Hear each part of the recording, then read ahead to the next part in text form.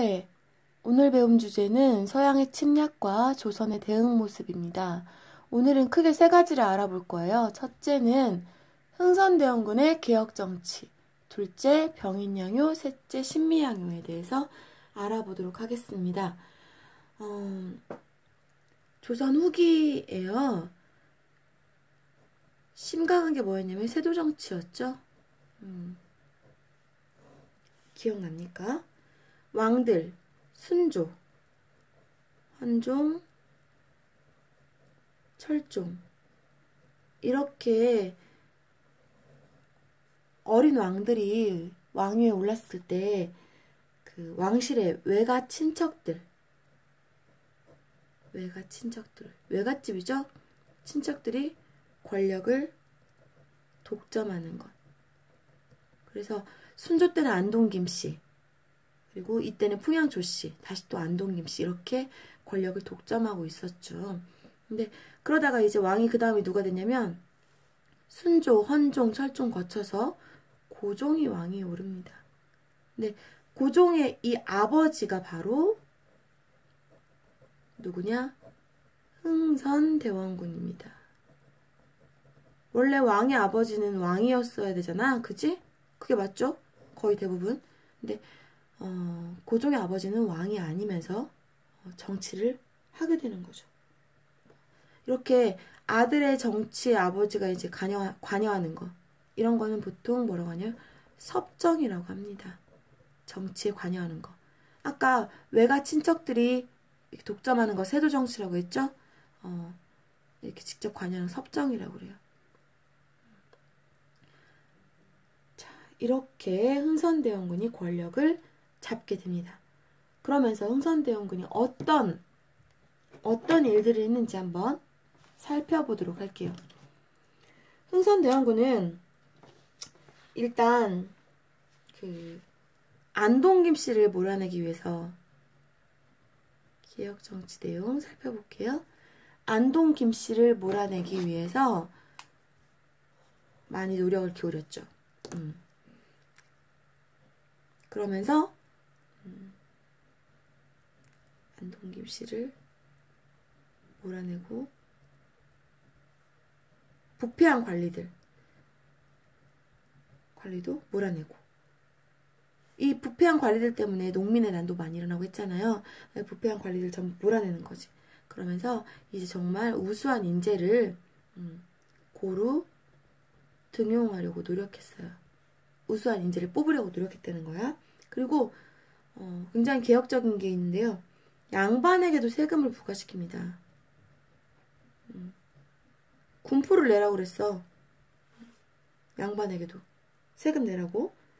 또 서원 정리를 합니다. 그럼 여기 서원이라는 게 뭔가 잠깐 알아볼까요? 서원? 서원이라고 하는 거는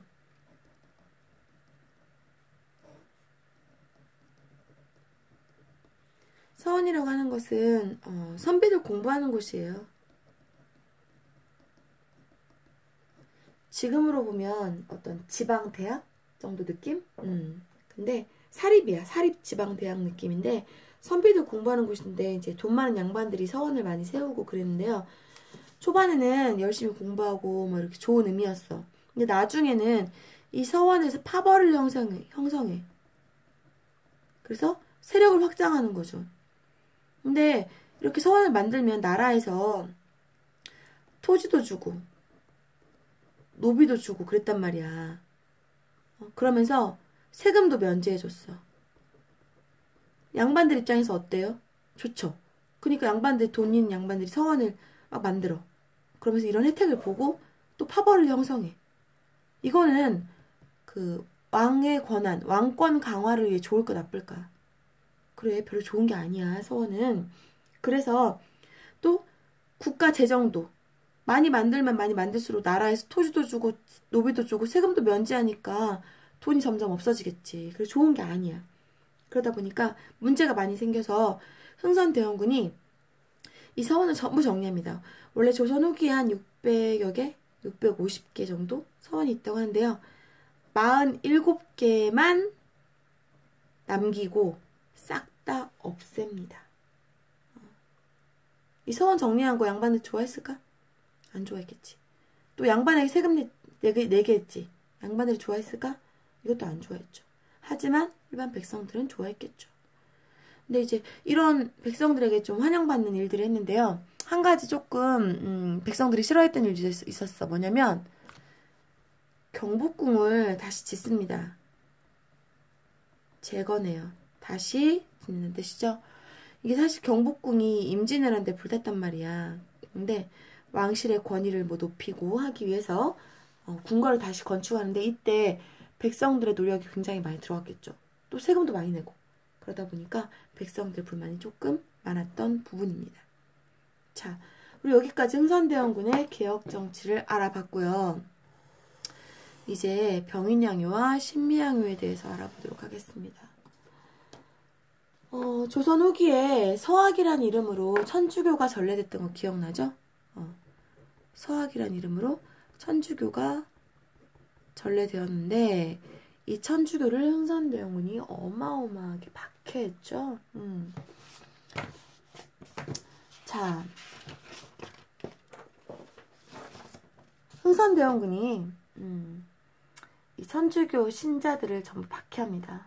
병인박해라고 해서 이때 당시에 프랑스 선교사가 9명, 천주교 신자 한 6천여 명을 처형시켜요, 전부. 근데 사실 그 안에는 좀 다른 내용들이 좀 있어요. 흥선대원군이 처음부터 뭐 이렇게 천주교 믿는 거를 전부 거부하고 그런 건 아니고 안동김 씨와의 어떤 세력에서 조금 트러블이 생깁니다. 그러면서 자기가 그 권력을 방어하기 위한 수단으로 천주교인들을 다 박해하게 돼요. 자, 이걸 빌미로 해서 프랑스 함대가 강화도에 침략하게 됩니다. 이때가 언제냐? 1866년. 프랑스 군이 강화도로 침략하게 돼요. 구실은 뭐였냐면 그 천주교 박해 사건을 구실로 니네가 어떻게 우리 선교사들 이렇게 죽일 수 있냐, 천주교를 박해할 수 있냐면서 쳐들어온 거죠. 쳐들어왔는데 사실은 뭐 단순히 이것 때문에 쳐들어온 건 아니고 조선과 좀 이렇게 교류를 하면서 뭔가 좀 가져갈 거 없을까, 이득 볼 거 없을까, 그런 욕심에서 쳐들어온 겁니다. 그래서 이 사람들이 와가지고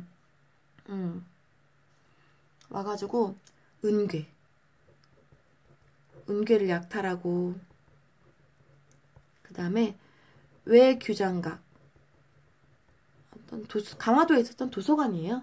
이 도서관에서 수많은 서적들, 책들을 약탈해 갑니다. 자, 이런 일들을 이제 저질렀는데 그 뒤에 조선군이 저항하죠. 조선군과 이제 프랑스군이 싸우게 돼요. 여기서 프랑스군을 물리치게 됩니다.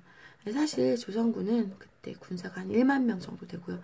프랑스군은 600명 정도밖에 안 된다고 해요. 근데 이제 프랑스군을 몰아내야 되기 때문에 조선군이 노력해서 물리치게 됐는데요.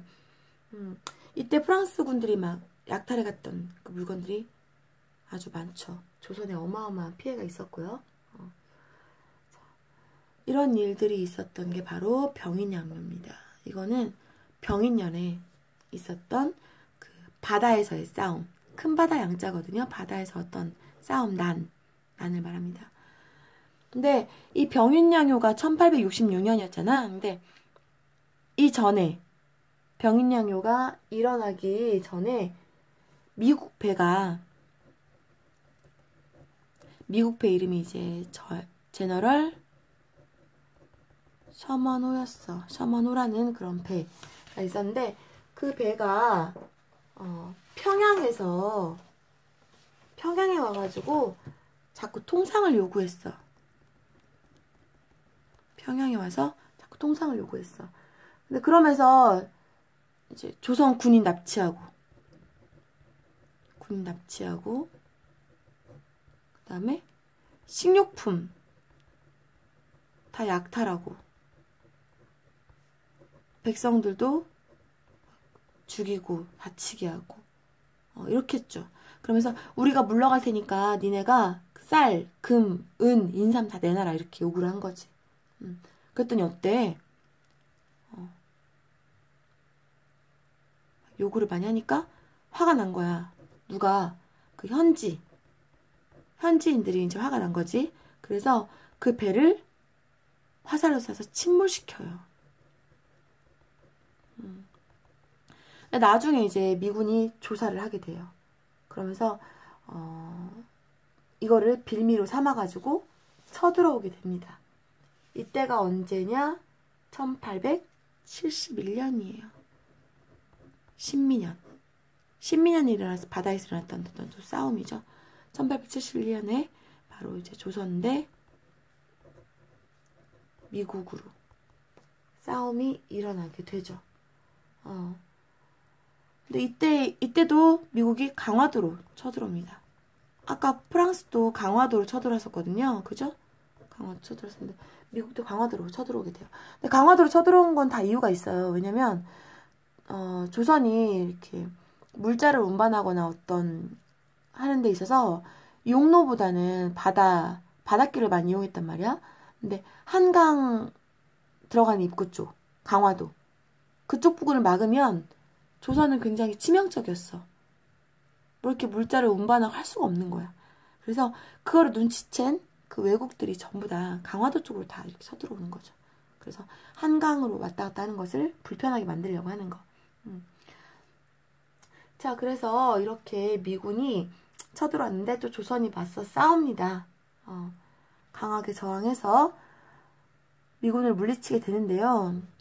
이때 조선인 피해가 굉장히 많아요. 뭐 한 343명이 죽었다고 하고요. 근데 미군은 뭐 3명 죽고 한 10명 다쳤나? 이렇게.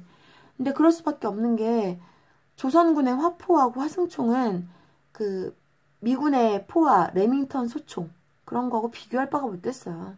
근데 조선이 막 강하게 저항하니까 미군이 나중에 보니까 뭐 조선 뭐 자원도 별로 없고 기후도 뭐 그렇게 좋은 것도 아니고 작물 재배하기 완전 좋은 기후도 아니고 뭐 보물이 묻혀있는 것도 아니고 그렇게 매력을 못 느낀 거지. 그래서 그냥 돌아가게 됩니다. 근데 자, 이런 두 가지 사건, 서양 배들이 자꾸 쳐들어오는 사건이죠. 뭔가 이전과는 다르지. 자꾸 외부에서 조선을 침략해, 쳐들어와. 불길한 느낌이 들죠. 자, 흥선대원군은 이거를 강하게 막아보고자 했습니다. 그러면서 이 두 번의 전쟁을 겪으면서 각 지역에 척화비라는 걸 세워요. 척화비를 세워요. 이 척화비는 뭐냐면 서양 세력이 침입하면 어떻게 하겠다? 싸우겠다. 그리고 교류하지 않겠다. 절대. 우리 조선은 절대 교류하지 않겠다. 이렇게 강한 문구를 써서 문구가 쓰여져 있는 척화비를 전국에 세우게 됩니다. 내용을 좀만 더 알려주도록 할게요. 뭐라고 써있냐면 서양 오랑캐가 침범하는데 싸우지 않으면 화친하는 것이오. 그러니까 싸우지 않고 가만히만 있어도 이거는 친하게 지내자는 뜻이다. 그러니까 반드시 어떻게 된다? 싸워야 된다. 그리고 화친을 주장하는 것은 나라를 파는 거다. 이렇게 강한 말이 쓰여져 있었죠. 그래서 척화비를 세우게 됩니다. 근데 그 이후에 프랑스와 미국을 물리쳤지만 그 이후에 결국 일본과 어떤 조약을 맺게 되죠. 그러면서 우리나라 조선이 점점 암흑기를 맞이하게 됩니다. 자, 오늘 여기까지 배우고요. 다음 시간에는 일본과의 어떤 관계에 대해서 이어서 알아보도록 하겠습니다.